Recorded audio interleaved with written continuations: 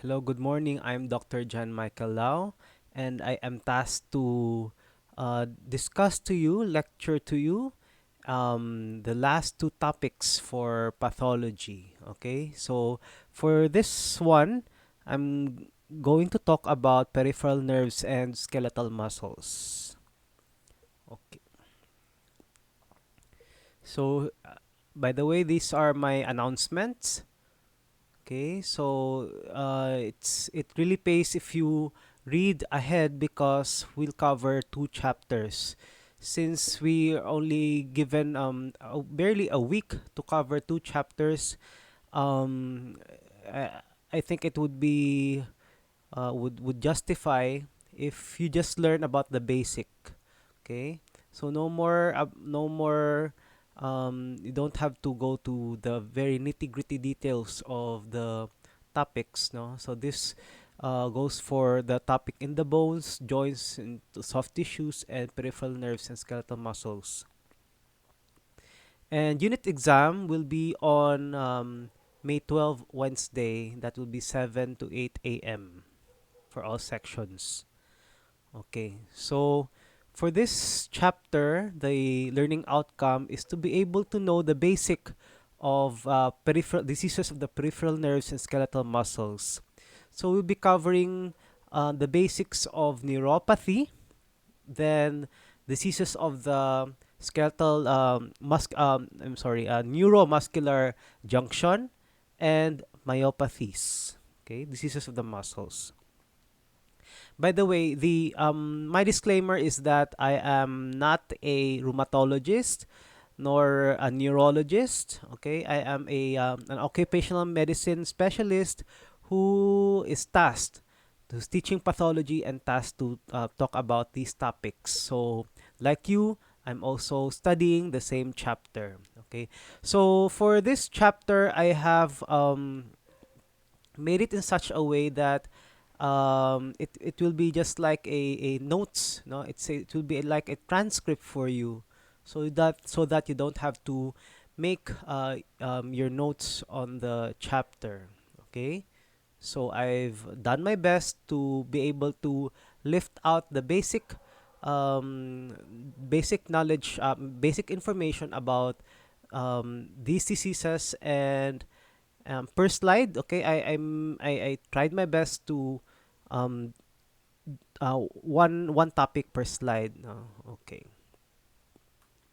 so these are, let's go to diseases of the peripheral nerves. Okay, the peripheral nerve is the part of the nervous system which is outside the central nervous system.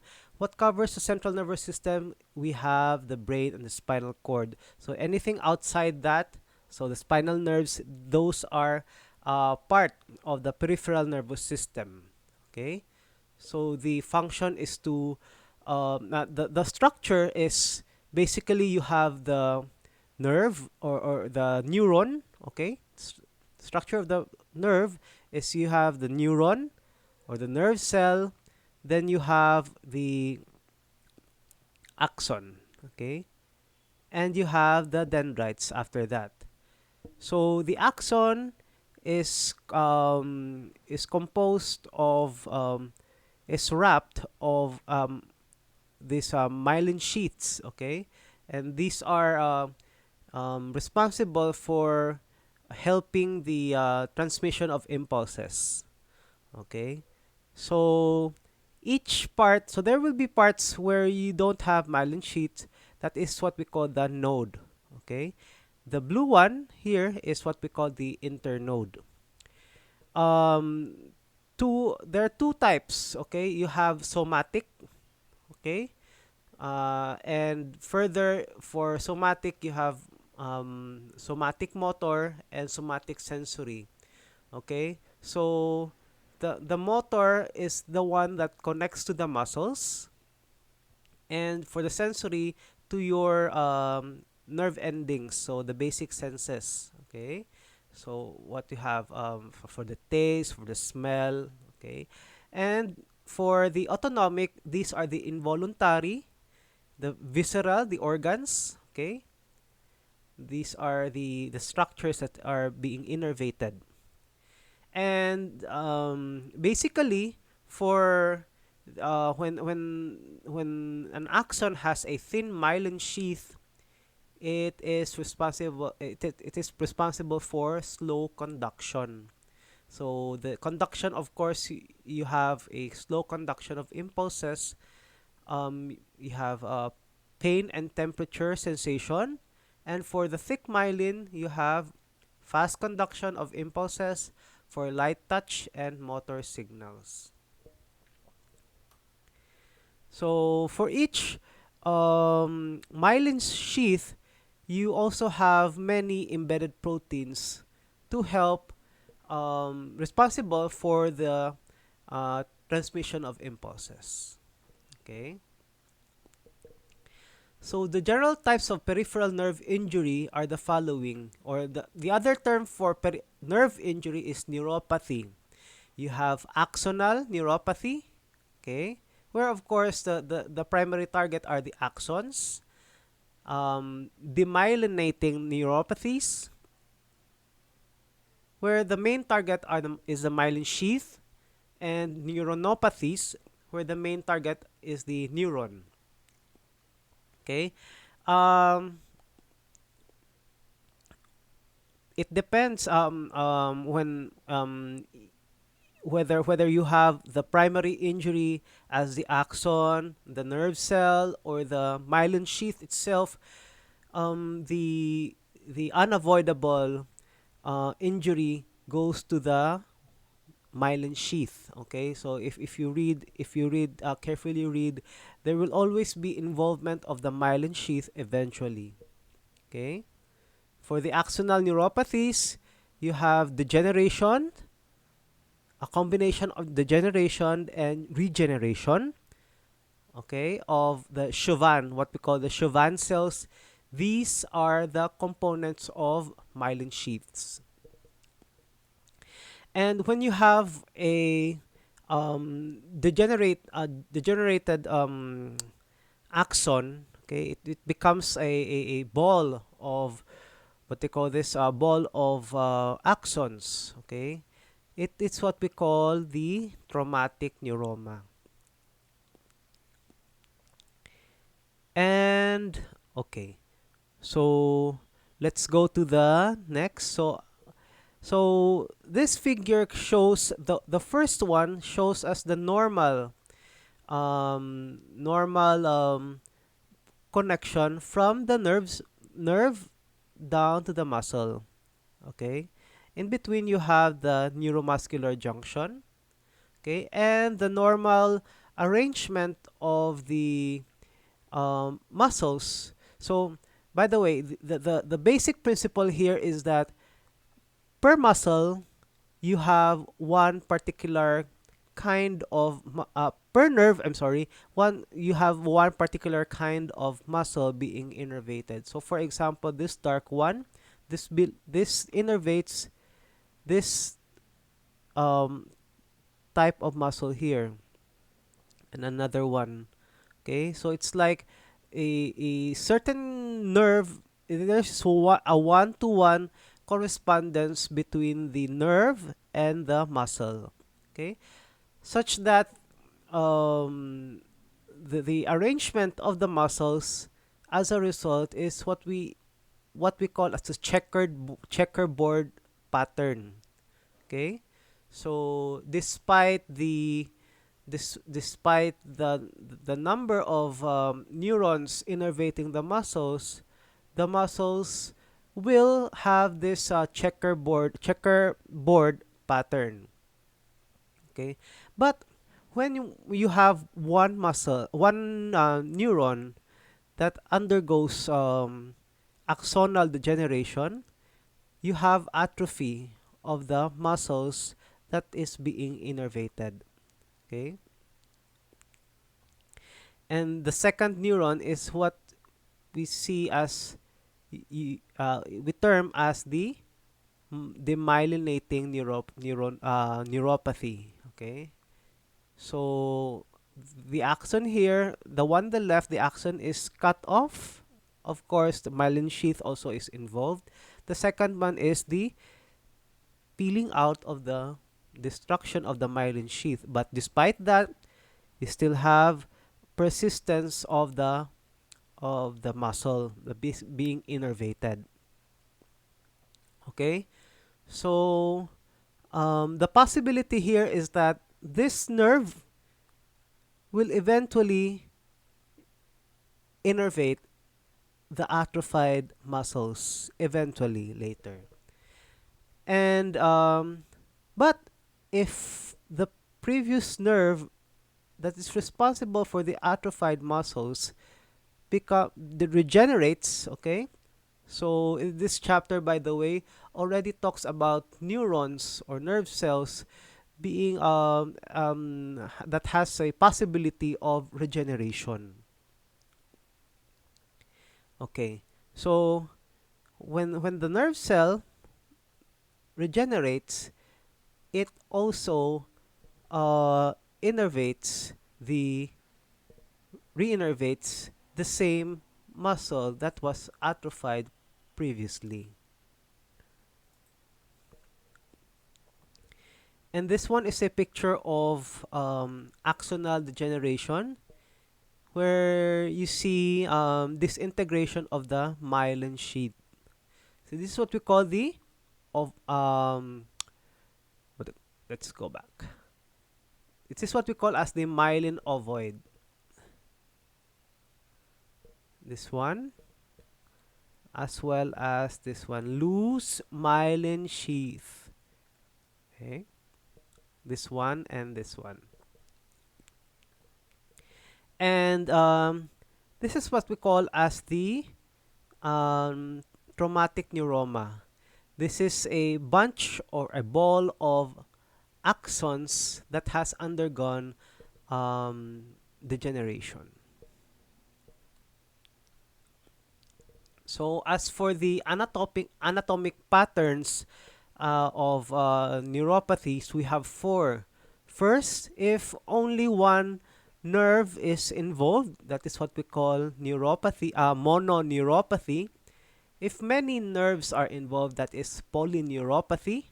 Okay, so for mononeuropathy, usually it's just a trauma or just infection at that part of the nerve. Okay, for polyneuropathy, usually it's a systemic disease, okay, such as diabetes. Next is mononeuritis mononeuritis multiplex. You have inflammation of the single nerve, okay, and this inflammation is brought about by a common disease or such called vasculitis. It's a non-infectious inflammation of the blood vessel. Next, if the polyneuropathy involves the nerve roots, that is what we call as the Polyradiculo neuropathies. So for the specific peripheral neuropathies, we have the following. Okay, let's go to the first one. Inflammatory neuropathies. Don't be daunted by the many information there, because those are the information that I lifted from the book. If you read the book, it's much more complicated. Okay, so these are the basic. Okay, so first one, inflammatory neuropathy. That means you have an inflammation prior to that neuropathy. First off is we have the Guillain-Barré syndrome. The other term is acute inflammatory demyelinating polyneuropathy. Okay, and it is immunologically mediated because majority of the cases is preceded by a prior infection. Whether you have CMV, EBV, even prior vaccinations. Okay, and what causes the directly causes the injury is the T cell response. Okay, And what's the pattern of injury here? It's you have ascending paralysis, and it's an inflammatory. So ascending paralysis, you have the distal limbs first, then the proximal, then going up. Okay, then inflammatory and demyelinating radiculoneuropathy. And when uh, it even involves to the most extent respiratory paralysis. Okay, so these are the complications: respiratory paralysis, autonomic instability, cardiac arrest, and long-term disability. Okay, the next one is we have a chronic inflammatory demyelinating polyradiculoneuropathy. In the book, it didn't state about a prior infection, but it also talks about the role of these lymphocytes, T cells, and the antibodies causing the inflammation. So I think the difference is that this one is the timeline. You have persistence of this inflammation for 2 months or more. Okay. And what else? It also leads to it is also a debilitating disease. Okay. And you have this onion bulb formation of the Schwann cells. So there is also this demyelination. Okay. So onion bulb neuropathy. Okay. So you have um, demyelination of the axon. So this is the onion. This is the myelin sheath. Okay, that becomes disintegrated and becomes separated from the axon.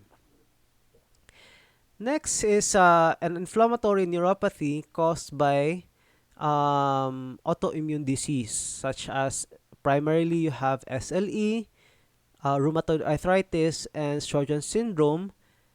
And the distribution is distal sensory or sensory motor polyneuropathies. Okay, and we have to separate this from vasculitis, which is also autoimmune. Okay, um, but this autoimmune associated neuropathy can also have a secondary vasculitis, but if it's a primary neuropathy, that primary vasculitis that causes the neuropathy, you have another heading for that. Okay, so vasculitis associated, of course, you have a primary vasculitis. Okay, and the most common type is this non-systemic vasculitic neuropathy. However, if it involves a systemic spread of vasculitis, which is very common among this one, I think we already tackled about this one in vasculitis previously in cardiovascular. You have the P-ANCA, okay, associated vasculitides, and the polyarteritis nodosa, which is very common among Hep B patients. Okay. So the next infectious neuropathy is associated with leprosy. And you have two types, lepromatous and the tuberculoid. The tuberculoid is much more dangerous, okay? Because you already have a granulomatous inflammation, and you also have cutaneous nerve injury and fibrosis. Okay.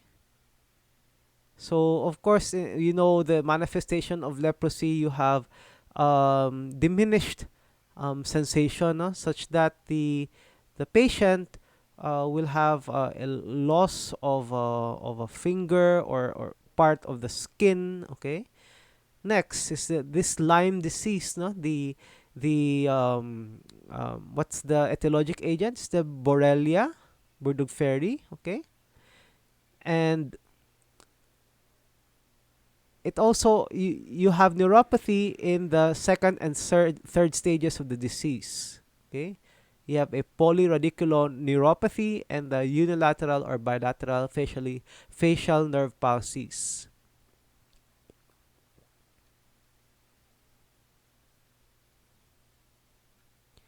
Next is neuropathy associated with AIDS. Okay, and this is related to immune dysregulation, wherein the patient in the early stage manifests as a mononeuritis multiplex. Okay, or a chronic inflammatory demyelinating polyradiculoneuropathy. Okay, and in the late stage, it is painful. Okay. Next is diphtheria, which is a very common not yeah, it is a infectious bacterial infection um causing diarrhea, okay? And you have a prominent bulbar and respiratory dysfunction, okay? As its complication. Next is you have the varicella zoster virus or the chicken pox. Okay. And what happens is that when you have a prior chicken pox history, okay, the virus doesn't really die, but it resides in the sensory ganglia. Okay. And when when the patient is immunocompromised, or for example the patient is already in the old stage, okay, the virus gets reactivated, and you have these what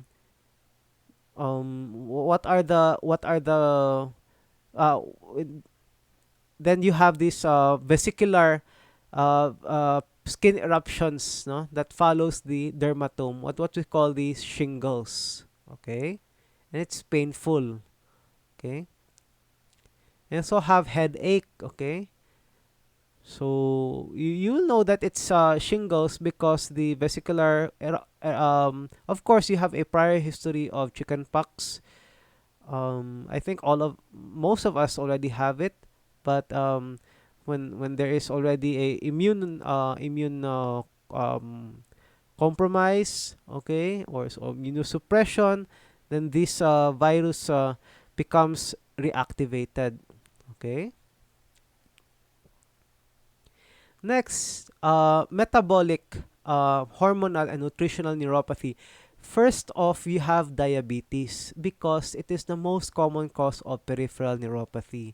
And we know this diabetes, the main pathology really um, is the what they call this. You have the resistance of resistance of it's either you have a defective production of insulin, or when you have the more common type 2, you have insulin resistance to insulin, and the end product is you have a glycosylation of these of first off the RBCs become glycosylated, sugar coated, okay, and you also have production of radical oxygen species, okay, and you also have other effects of diabetes, okay. So the pattern of neuropathy here is ascending, distal, okay, ascending, so like from down to up, okay, distal, starting from the distal limbs, and symmetric, okay, sensory motor. So if you notice, patients that have a chronic diabetes, Okay, when they're not careful, they easily get wounded and they won't be able to feel the pain, okay, because of this diabetic neuropathy. Okay, and you also have other complications of neuropathy here. Okay, so this is the diabetic neuropathy, and this is the you see the marked loss of myelinated fibers. Okay, demyelinization.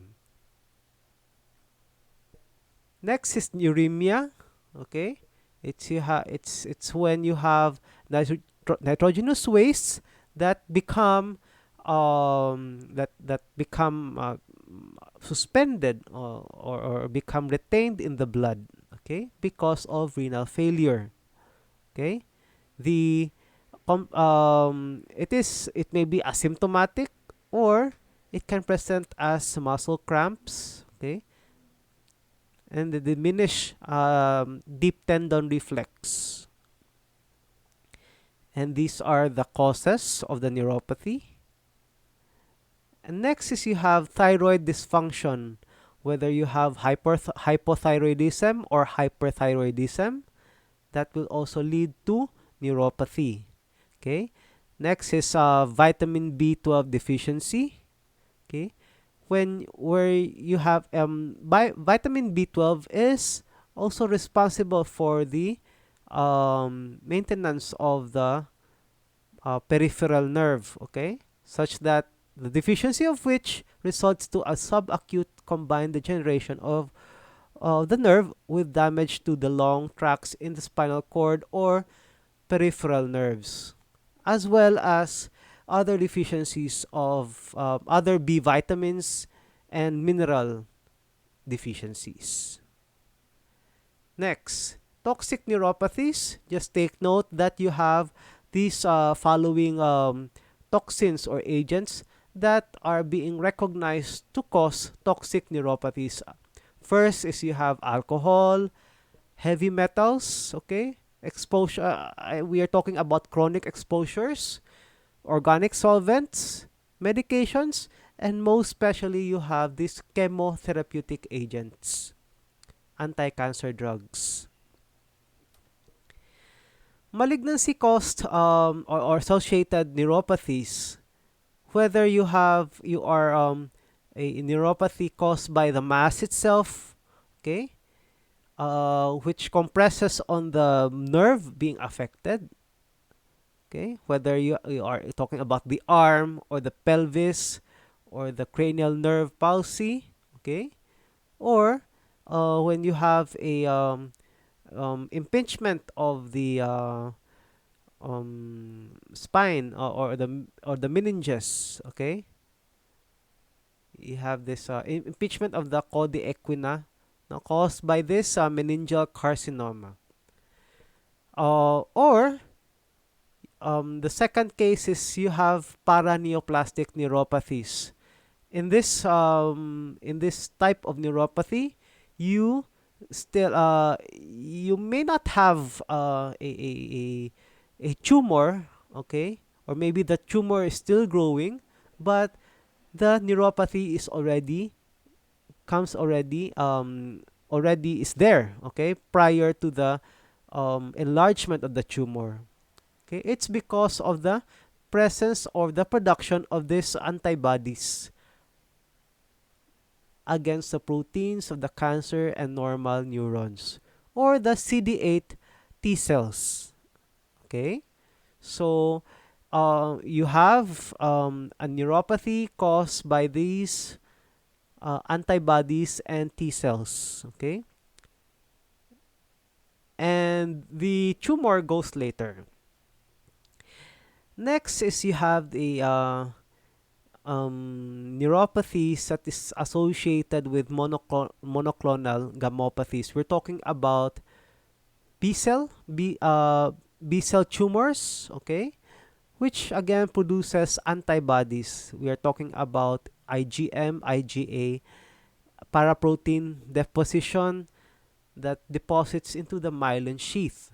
Okay, so clinically, it presents as polyneuropathy, organomegaly, endocrinopathy, monoclonal gammopathy, and skin changes.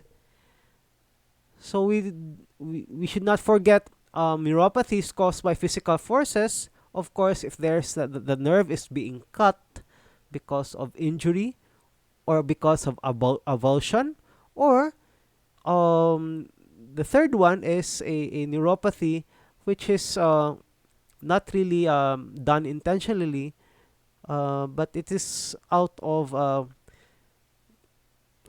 you call this a chronic pressure or a degenerative condition, and we're talking about carpal tunnel syndrome. And the nerve being compressed here is the median nerve. Okay, it's being delimited by the transverse carpal ligaments. That's why the surgical treatment for carpal tunnel syndrome is the cutting off of this transverse carpal ligament, so that the median nerve will be much more freer. Okay, as well as other nerves, um, um, neuropathy of entrapment of other nerves, such as the ulnar nerve, peroneal nerve, radial nerve, which causes Saturday night palsy. Okay, or this interdigital nerve of the foot. Okay, which the complication of this neuropathy is what we call the Morton neuroma or perineural fibrosis. Next is the inherited neuropathies. When we say inherited neuropathies, it involves mutations, genetic mutations. Okay. First off is we have the hereditary motor and sensory neuropathies, or the Charcot-Marie-Tooth disease. Okay. And this one is, by the way, these inherited neuropathies are delayed in onset, and it's most common. It's I'm sorry, it's not most common, but it should be part of the differential diagnosis of neuropathies in adults. Okay, so these are the genes involved. If you have the most common overall is the CMT1 mutation of CMT1. Okay, and the clinical manifestation is you have distal muscle atrophy, sensory loss, and foot deformities. Okay. The second case is you don't have a motor neuropathy, but you still have a sensory neuropathy with involvement of the autonomic. Okay. So the most common symptom here is a loss of pain and temperature sensation. Next is polyneuropathies secondary to the deposition of amyloid protein. Okay, so when there is a mutated transthyretin protein, okay, it affects, or the final component, it transforms into an amyloid protein that deposits into the peripheral nerve. Okay, remember this amyloid protein, this is very much involved in Alzheimer's disease. Okay, so we're done with peripheral neuropathies. Okay, so when you study, since we are only dealing about the basic of this chapter. Okay, first please read on the summary. Okay, so we talk about the anatomic patterns, the damage being involved, whether you have the nerve cell, the axon, and the what they call the myelin sheath. Okay, the causes. Okay, the particular specific types of neuropathies, we already mentioned that. Next, diabetes, which is the most common cause of peripheral neuropathies, distal and symmetric. Guillain-Barré, okay, which is we mentioned about that as ascending neuropathy, and it is debilitating. and inherited peripheral neuropathies, which are genetic. So we're done with neuropathies. Let's go to neuromuscular junction. So you have myasthenia gravis. Okay, it's okay. The heading states antibody-mediated diseases of the neuromuscular junction. Okay, for myasthenia gravis, it is an autoimmune disease, and the effect is you have a lesser acetylcholine receptor. Okay, this acetylcholine travels from uh, from the nerve, okay, down to the, what they call this, down to the neuromuscular junction, then to the muscle. Okay, but since in the postsynaptic membrane, okay, you have a the problem here is you have a lesser number of acetylcholine receptors, whether you have autoantibodies, okay, to the acetylcholine receptors themselves, causing depletion, or autoantibodies against this sarcolemmal muscle specific receptor tyrosine kinase, which prevents the clustering of the acetylcholine receptor. Okay, and myasthenia gravis is associated, has strong association with thymic, okay, thymus abnormalities. Okay, 10% with thymoma, 30% with thymic hyperplasia. Okay, and the clinical manifestation is you have, of course, weakness. Okay, you have severe muscle weakness, and you have diplopia and ptosis of the eyelid, upper eyelid. Treatment is most importantly acetylcholinesterase inhibitors. Okay. The next one is the Lambert Eton Mycenic syndrome, wherein you also have um, lesser, what they call this, the inhibition of acetylcholine transmission, but the cause is antibodies, okay, that block acetylcholinesterase release, that inhibit through inhibition of this presynaptic calcium channel. Okay, so previously we focus in myasthenia gravis, that is post synapse. Okay, uh, lesser number of acetylcholine receptors. Here we are talking about the prevention, the inhibition of release of the acetylcholine from the presynaptic, okay, nerve, okay, to the inhibition of this presynaptic calcium channel. And but comparing it to myasthenia gravis, this in this case, Lambert-Eaton, when you stimulate the nerve or stimulate the muscle, you will have an increased muscle response. Okay, so that means that the inhibition is not that problematic. Okay, again, the treatment is acetylcholinesterase inhibitors. Aside from those two, you also have congenital myasthenic syndromes. Okay, again, whether you have very much the same as myasthenia gravis, you have a genetic mutation in the production of the postsynapse receptor, okay, acetylcholine receptor, or mutation in the proteins that are responsible for clustering of the acetylcholine receptors in the postsynapse. Okay. So congenital, so this is very common among babies, infants. Next is neuromuscular junction diseases caused by toxins.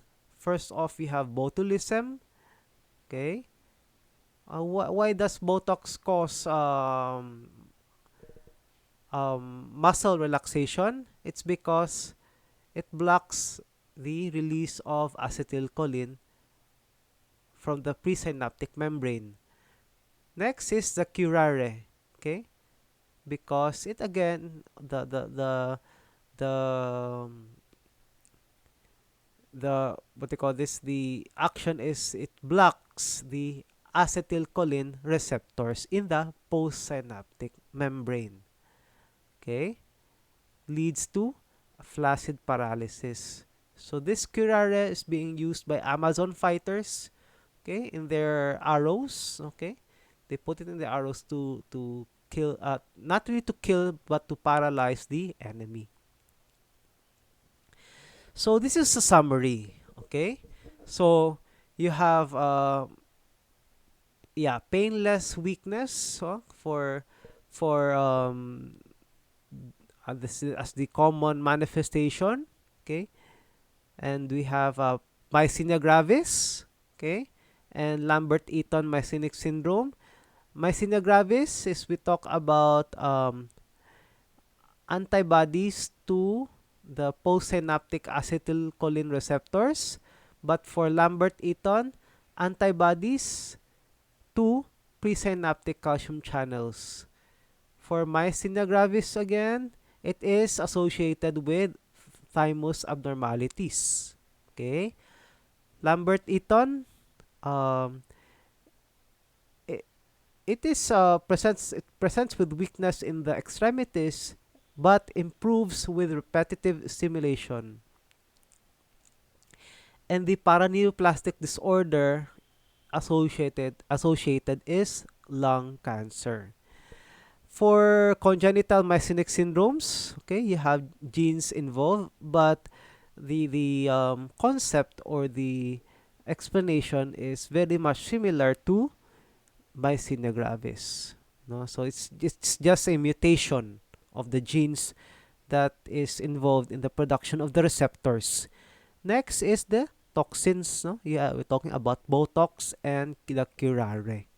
Again, causing a muscle relaxation, okay, or weakness. So let's go to diseases of the skeletal muscle. So, remember in the beginning we talked about diseases of the skeletal muscle or myopathies. Okay, in the beginning we talked about skeletal muscles being innervated by a particular by a particular nerve. Okay, there's a one-to-one correspondence between the muscle and the nerve, but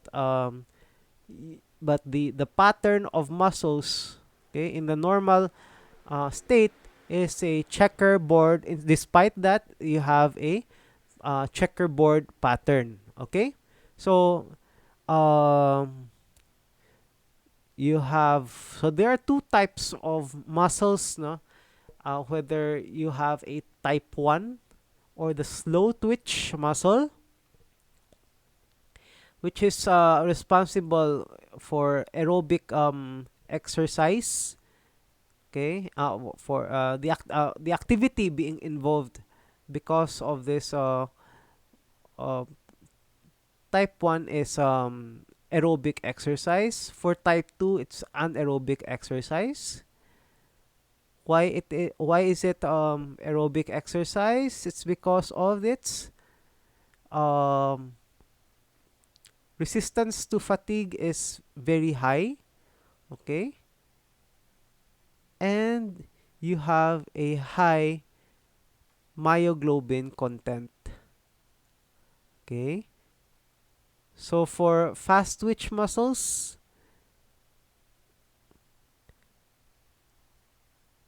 you have high glycolytic capacity, okay,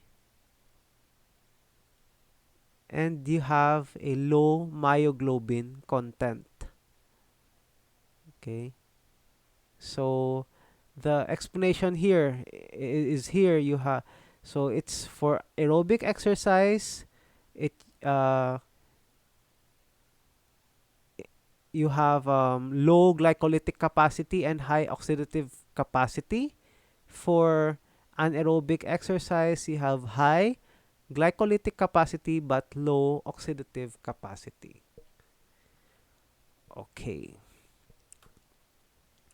So here, so this is the normal, okay? And we have, when we have denervation, you also have atrophy of muscles such that the remaining nerve um, becomes responsible for innervating the atrophied muscles, converting the atrophied muscles to the existing muscle type. Okay, so that in the reinnervation, you have what this is what we call as the let's see,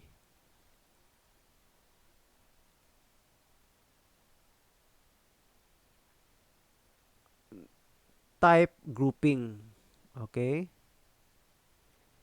so it's when the muscle that is previously atrophied become converts to another type. That is what we call type grouping.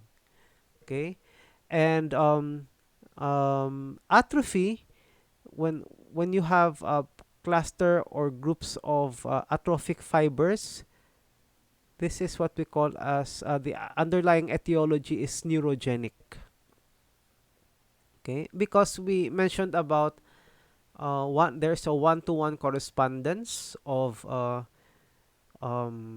between the nerve and the muscle. Okay, next is when you have Peri-Fascicular Atrophy.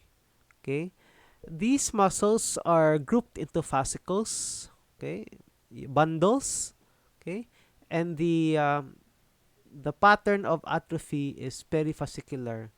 You have atrophy of muscle fibers surrounding the fascicle. This is exemplified by dermatomyositis. Next is you have type 2 fiber atrophy with sparing of type 1 fibers. It's common among prolonged use of steroids and disuse. Okay. So we talked about this just recently. Okay.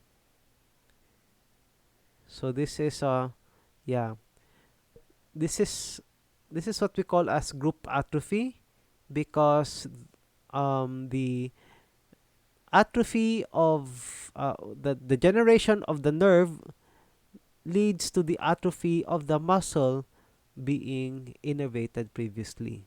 Okay, so we are still in the generalities. Okay, so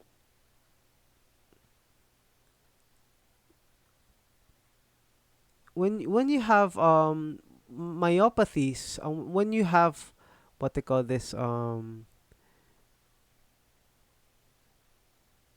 when you have skeletal muscle diseases, it's either a caused by a dysfunction in the nerve, okay, disruption of the muscle innervation, or there's really a myopathy, okay, not not really caused by a neurogenic dysfunction.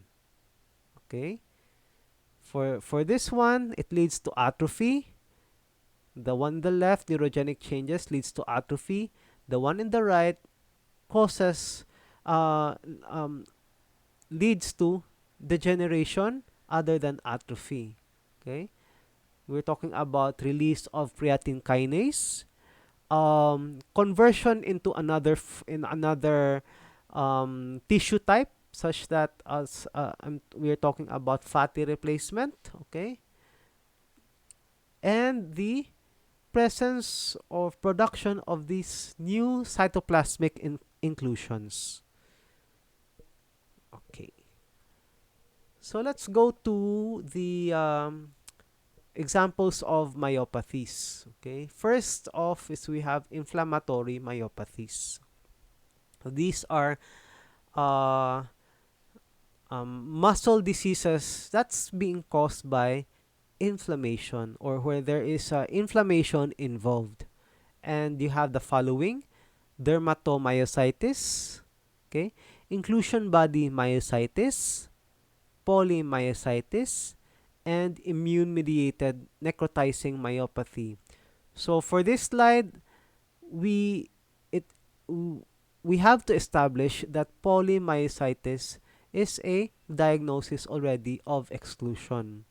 Long time ago, polymyositis, when the specialist is not able to distinguish the inflammatory myopathy, whether dermatomyositis or inclusion body myositis, it's already being thrown into the wastebasket diagnosis as polymyositis. But now, you also have, before considering it as polymyositis, there's another disease, okay, that's being considered, which is immune-mediated necrotizing myopathy. Okay, and these are the hallmarks. So please take note of the hallmarks. So dermatomyositis, it's a systemic autoimmune disease which causes, which is clinically manifested as, of course, on the skin, and you have muscle inflammation. Okay, first you have a damage to the small blood vessels that contributes to muscle injury. And what's the morphology? In the muscle, you have Peri-Fascicular Atrophy, and you have auto, you have T cell attack, no, on the muscles, um, and the complement T cell and complement attack. This is what we call membrane attack complex. Okay, as well as attack by the antibodies. So please look at images of these Gotron papules and heliotrope rash. Okay, this um, interstitial lung disease, non-erosive arthritis, paraneoplastic juvenile and juvenile cases. These are the autoantibodies involved: the anti-Me2, anti-Jo, the anti-P155. Okay. And what are the clinical manifestations? You have a muscle weakness that is slow in onset and symmetric with myalgia. Okay.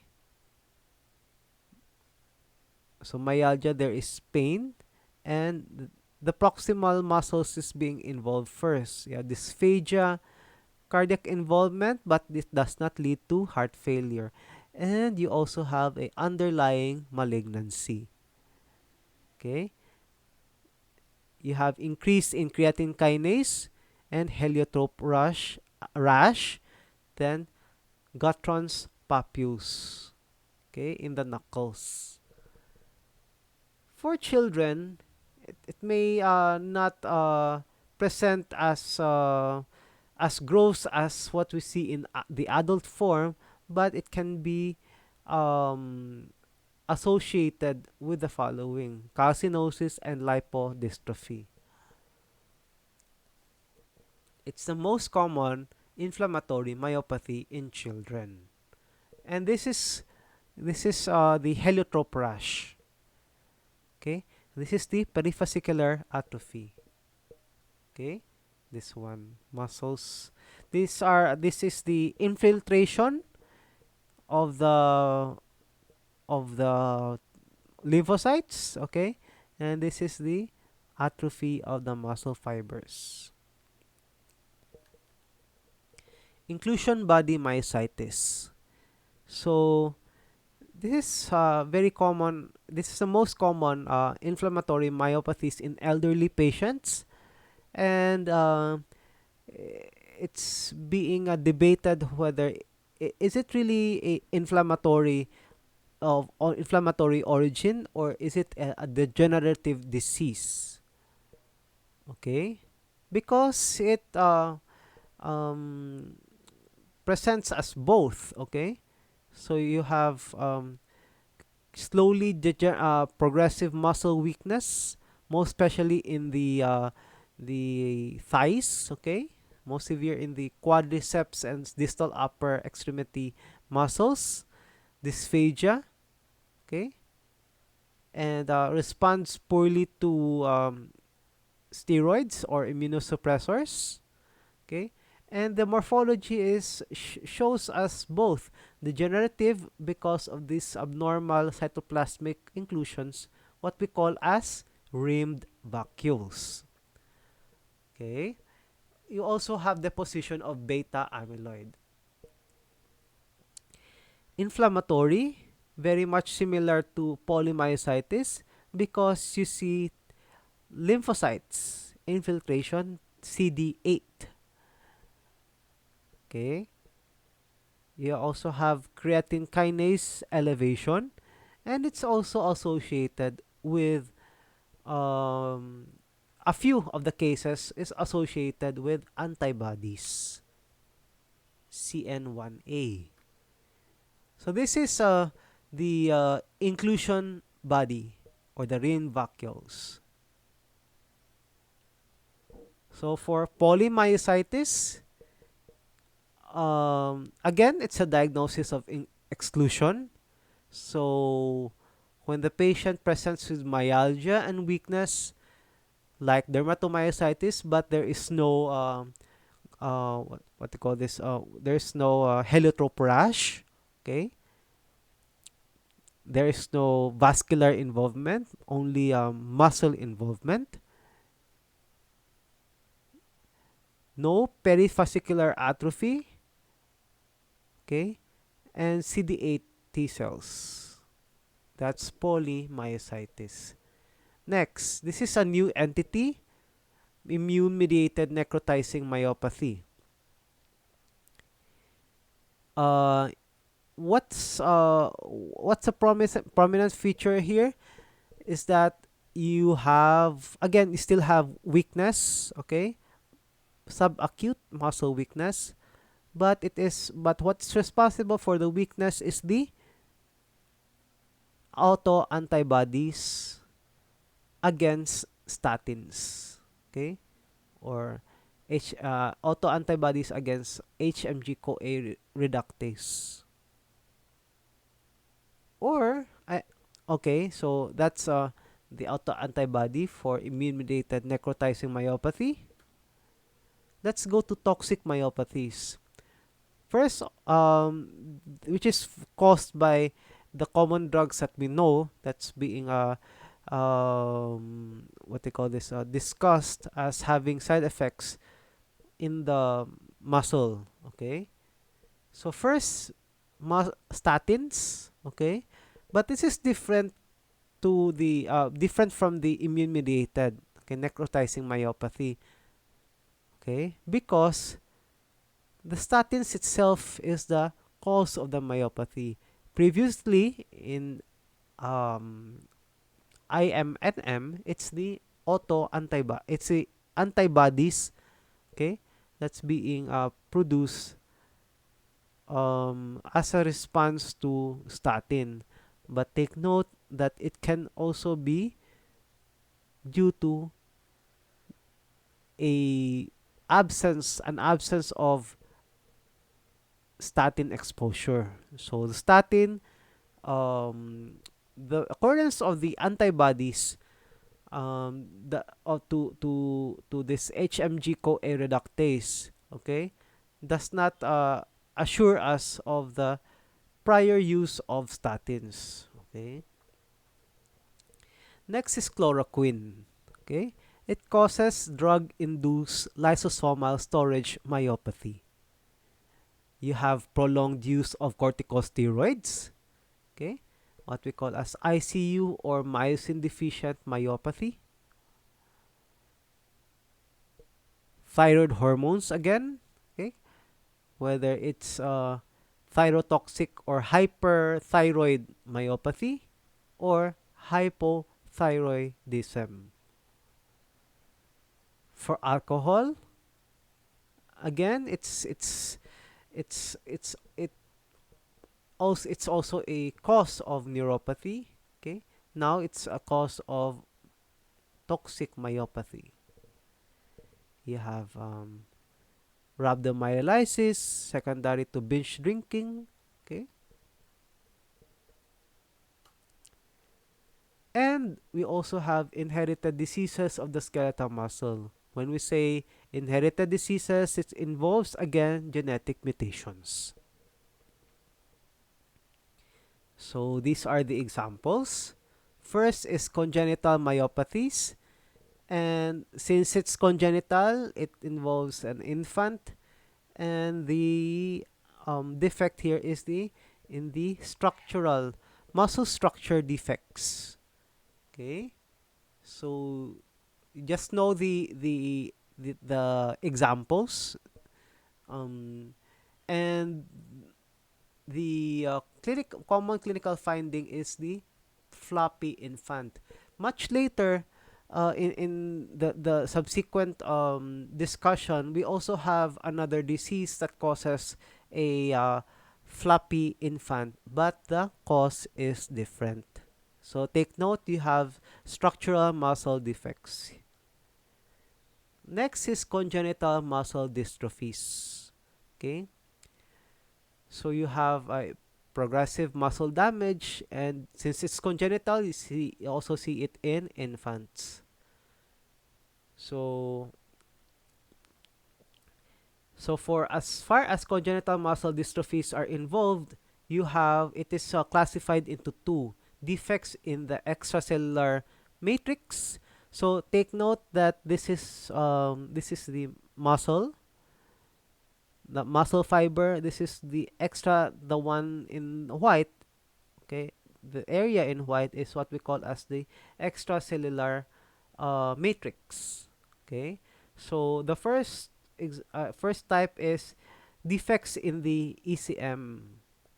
Okay, so any component, so whether it is a problem in the collagen 6A, I don't know where that is. Okay, but still found in the ECM or in the merosin deficiency. Merosin is also known as this laminin type 2.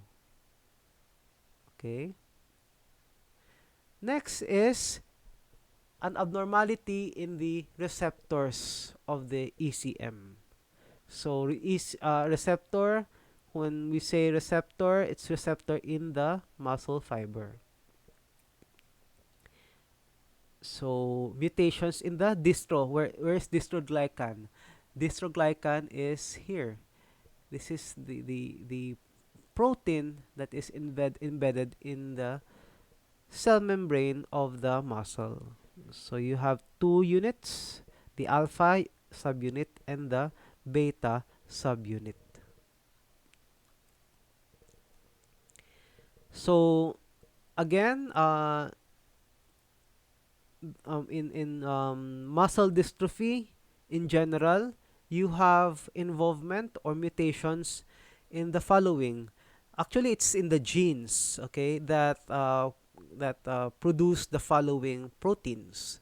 Whether you have defects in the dystrophin, okay, which is associated with X-linked muscle dystrophies, or where mutations in the, take note, caveolin, okay, in the sarcoglycan is here, okay, which causes limb girdle muscular dystrophies, or mutations in the laminin, or the merosin, okay, which we mentioned a while ago. Laminin is here, causes congenital muscular dystrophies. Another one is the dystroglycans, okay, mutations in the genetic mutations in the dystroglycan in the genes encoding for dystroglycans. Okay. So for muscular dystrophies that are not congenital, okay, these are the examples. X-linked muscular dystrophy with dystrophin mutation, or what we call dystrophinopathies. Examples are the main examples are Duchenne and Becker muscular dystrophin. And what's the difference? In Duchenne muscular dystrophy, you have a total absence of this dystrophin gene. For Becker muscular dystrophy, you have a partial absence of this dystrophin gene. Okay? And what's the clinical manifestation aside from this what they call this muscle weakness? Okay, you have this fatty replacement. Okay, which in clinical scenario, you have pseudo hypertrophy of the calf muscles. Okay, the patient here um, will have difficulty in walking and eventually will need a wheelchair because of the defect in ambulation. Okay, so not only skeletal muscles, but it also involves the cardiac. Take remember in cardiology, we mentioned that this dystrophin is also involved in cardiomyopathies. Okay, and the treatment is restoration of this dystrophin protein or gene therapy. Okay, um, science has been able to detect the presence or absence of the dystrophin protein. Okay, and if we see here, the chemical or histochemical staining shows complete absence of the membrane associated dystrophin, seen as brown stain in the normal muscle. Okay, this is the fatty replacement or the pseudo hypertrophy. Next type of muscle dystrophy is the limb girdle dystrophy, wherein you have again muscle weakness, mutations are sarcoglycan, and you also have caveolin, and you also have dystroglycan. For myotonic dystrophy, you have mutation in the DMPK gene. Okay, multi-system disorder that is composed of skeletal muscle weakness, cataracts, endocrinopathy, cardiomyopathy, myotonia. Okay. Next is Emery-Dreifuss muscular dystrophy. Mutations in the lamin proteins. Okay.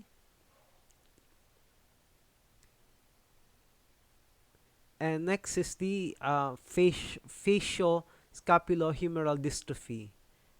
It's a mutation or overexpression of DUX4. Okay. So knowing this genes, okay, it's just good to know, but it's not really necessary to know. I think for you, it's enough to know that in this muscular dystrophies, the most important is the Duchenne and the Becker. Okay.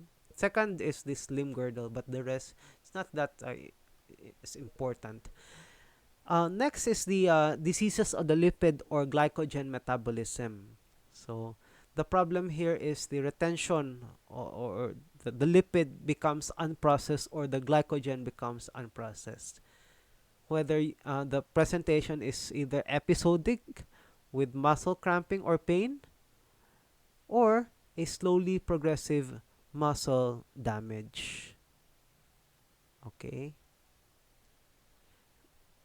So what are the examples when there is a deficiency of this carnitine enzyme, okay, which prevents transport of free fatty acids, or the phosphorylase deficiency in McArdle disease, which prevents transport of glycogen. Next, um, you also have this acid maltase deficiency, which leads to lysosomal glycogen accumulation. Okay, because of this impaired glycogen to glucose conversion. Okay, and there are two types. You have Pompe disease, which is severe, or the adult onset myopathy. Okay, treatment is enzyme replacement. So again, it's good to know about these diseases, but not that important. Okay, nice to know, but not that important. Mitochondrial myopathies. These are muscle diseases, skeletal muscle diseases. Actually, it doesn't really just affect the skeletal muscles, because it also involves cardiac muscles and neurons, and high ATP requiring tissues such as the extraocular muscles. Okay, and the pathophysiology here is the impaired ability of the mitochondria to generate ATP. Morphology is you have ragged red fibers. Okay, because of this abnormal aggregation of mitochondria. And the problem here is also genetic. Okay, so just good to know. Okay, so this is the ragged red fiber with increased reddish granular subsarcolemmal staining. It is secondary to aggregation of mitochondria. Okay. The second one is morphologically abnormal mitochondria with concentric membranous rings. So, so-called phonograph records. Just good to know. So this is the myopathy that I mentioned a while ago. Okay. That leads to a hypotonic infant. Okay. This is spinal muscular atrophy. But the cause is a loss. The cause is a neuropathic disorder. Okay, specifically it's caused by a loss of motor neurons that leads to muscle weakness and atrophy. So spine, no, that supports the spine. Okay, so you have the morphology, the innervation of the skeletal muscles, and spinal muscular atrophy.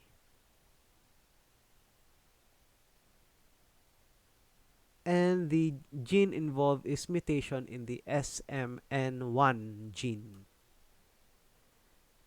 So spinal muscular atrophy, we see atrophied spinal muscle fibers, okay, with only rare hypertrophied myofibers. So the hypertrophy is secondary to, it's a compensatory mechanism. So myopathies can also be secondary to ion channel myopathies. Problems in the channels. Of course, no, we mentioned about proteins. What they call this? Proteins that make up the muscles. Okay, so there are also proteins that are responsible for ion channels. We're talking about sodium, potassium, calcium chloride, ryanodine receptors. Okay, and what are the clinical manifestations? We have epilepsy, migraine, movement disorders, peripheral nerve disease, okay, and muscle disease. It can present either hypertonia or hypotonia. Okay. It's also good to note that malignant hyperthermia is secondary to a defect in the ryanodine receptor. Okay. That causes efflux of this calcium. Okay. So this is the summary. So disorders of the skeletal muscle. Yeah, we mentioned about either neurogenic, which leads to atrophy, primary myopathic processes. There are many kinds. Myopathic disorders are are often marked by degeneration and regeneration of myofibers. And the three basic inflammatory myopathies are polymyositis, dermatomyositis, and inclusion body myositis. But you also have a new entity, the immune-mediated necrotizing myopathy, which is secondary to auto-antibodies against um, statins. Okay, whether there is a prior exposure to statins or not. Okay, so in specific, okay, you have inclusion body myositis, ring vacuoles or ring vesicles, dermatomyositis. You see uh, involvement of the skin, small blood vessels in the skin and the muscle. Polymyositis. Okay, we mentioned this. It's waste basket diagnosis. Okay, muscular dystrophies. Remember dystrophin, sarcoglycan, dystroglycan. Okay, congenital myopathies. Remember merosin. Okay, myopathies. Okay, it can be secondary to a toxic injury or secondary to metabolic diseases involving lipid metabolism and glycogen, as well as mitochondrial defects. So the last one, peripheral nerve sheath tumors. So with nerve sheath, so that's the myelin sheath, okay? These are tumors arising from the myelin sheath. Okay. So next, first is what we call as the schwannomas. Of course, composed of Schwann cells, and the cause is a mutation in this mutation of the gene encoding for this Merlin.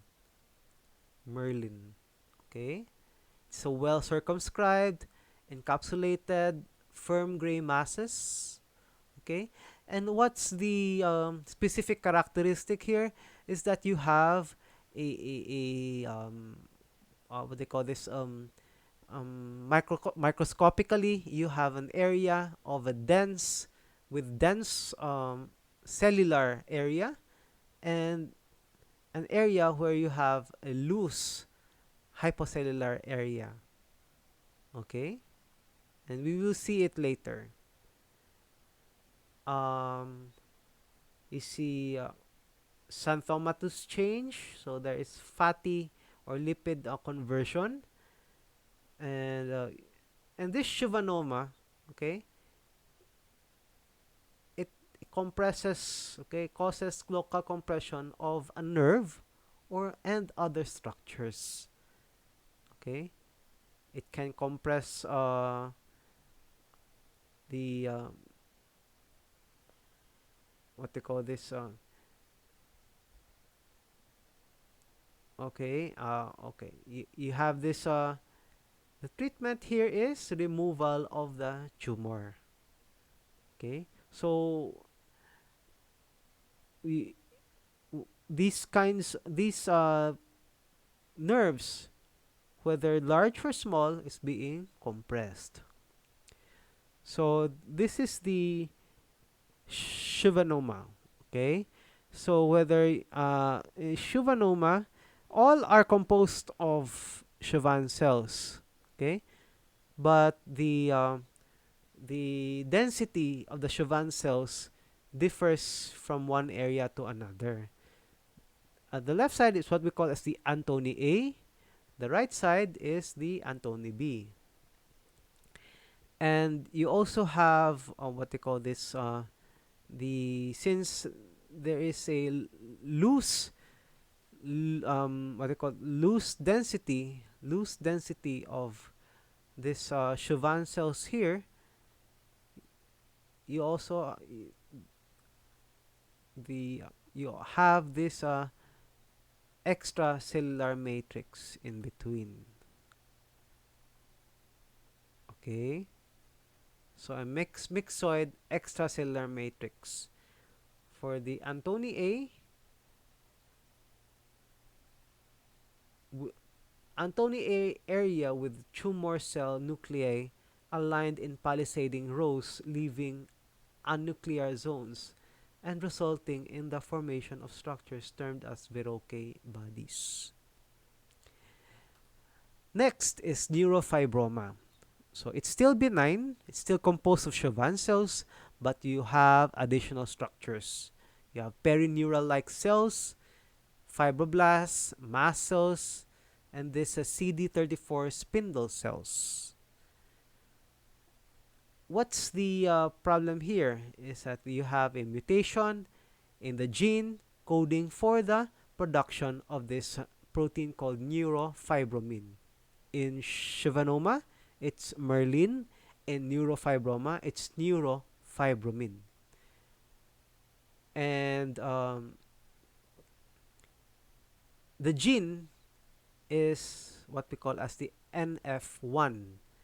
In schwannoma, let's see. Schwannoma, it's NF2. Okay? And there are three types. So, although benign, there are three types. Although benign, this tumor can convert, has a tendency to become malignant or can undergo malignant transformation.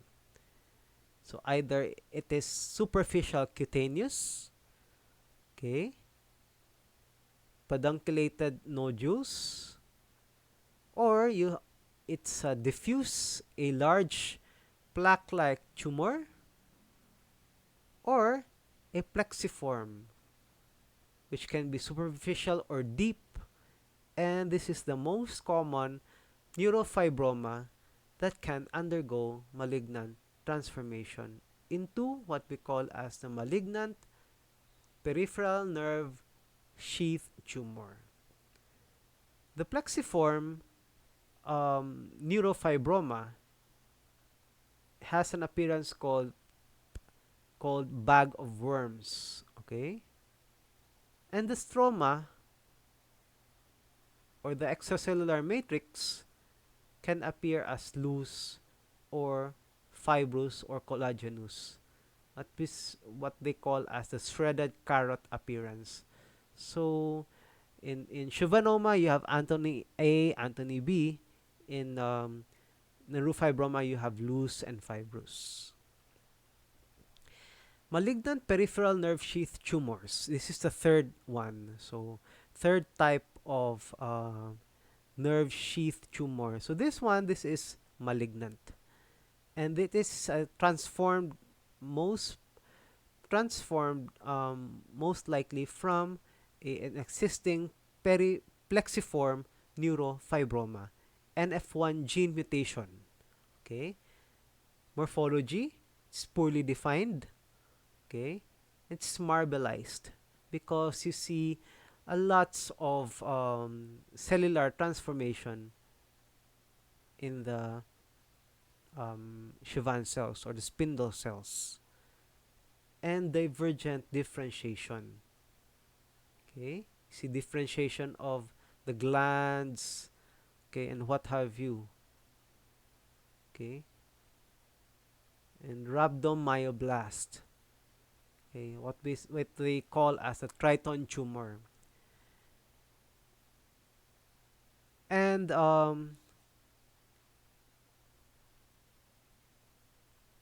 here, multiple nerve fascicles are expanded by infiltrating tumor cells. Okay, and this is what we call as the carrot shavings. So carrot shavings, I think we mentioned that carrot shavings in the plexiform. Okay, of course, it's related, no, because plexiform neurofibroma will lead to formation of this malignant tumor. Okay, and so those are the tumors. This is the disease. Okay, we're talking about what they call this the disease, okay, caused by this tumor. Okay, so whether you have neurofibromatosis type 1 or neurofibromatosis type 2. Okay, neurofibromatosis type 1 is related to neurofibroma tumor. For neurofibromatosis type 2, it's related to the schwannoma. Okay? And anything. So neurofibromatosis type 1, neurofibroma, NF1, neurofibrin. Okay? MPNST, okay? What they call malignant peripheral nerve sheath tumor. For type 2, which is less common, NF2, Merlin, schwannoma. Okay? Okay, and you also have clinical manifestations in neurofibroma. Take note that it's very another manifestation is the occurrence of this cafe au lait spots, which I think I will also mention in the chapter on soft tissue, uh, soft tissue ba to or sa bone pathology. Okay. So summary: the three common peripheral nerve sheath tumors: schwannoma, neurofibroma, and this MPNST, malignant peripheral nerve sheath tumor. Schwannoma, NF2, encapsulated, Merlin, neurofibroma, NF1, neurofibromin, and it has a malignant tendency. Okay, and if it's already malignant, so it's termed as the malignant peripheral nerve sheath tumor. And the most common neurofibroma arising that will transform to MPNST is the plexiform. Okay, so we're done talking about this complex topic, and thank you for enduring the whole year, um, all of it online. Okay, it's never been easy. Um, Doing exams online, lecturing online, and for you, learning online. Okay, because there's never been a personal face-to-face interaction between the students and the teacher. Okay, but nevertheless, we have to look at the bright side because despite this pandemic, wherein person-to-person interaction is restricted, you're still able to learn. Okay, so and you're still able to to study medicine and hopefully become successful doctors in the future. Okay? Um, I hope whatever means of surviving that you've done for the year, okay, whether you've done it in an honest way or or the other way, okay, or the crooked way, or maybe you help each other, okay. I hope or we hope that you were able to learn, no, the most important topics that you'll be able to apply in your practice later, no, or in your learning in the third year. And mind you, these things that you've learned in pathology will again come back in more detailed form or more detailed discussion in the third year. Okay, so again, reminding you, you have your exam in May 12. That will be Wednesday next week. And it will cover just the basic concepts, generalities. I might give cases, but these are the most obvious cases about the topics. Any questions? Please also take note that I'll be posting what they call this, an activity, okay, very simple activity for you on the dates um, mentioned. What else? Any question that you're gonna raise or gonna ask me, please channel them through your presidents. And thank you very much for your kind attention, and have a great day. So I might not be able to recognize you.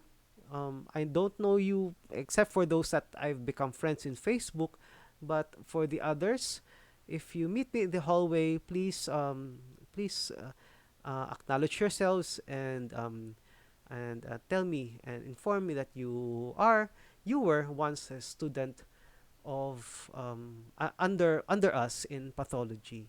So nothing more to say. I think I have to thank you once again for a successful year. So please study for the unit and the bi-monthly and the final exams that will come after. Thank you so much, and thank you for surviving the year. Have a great day.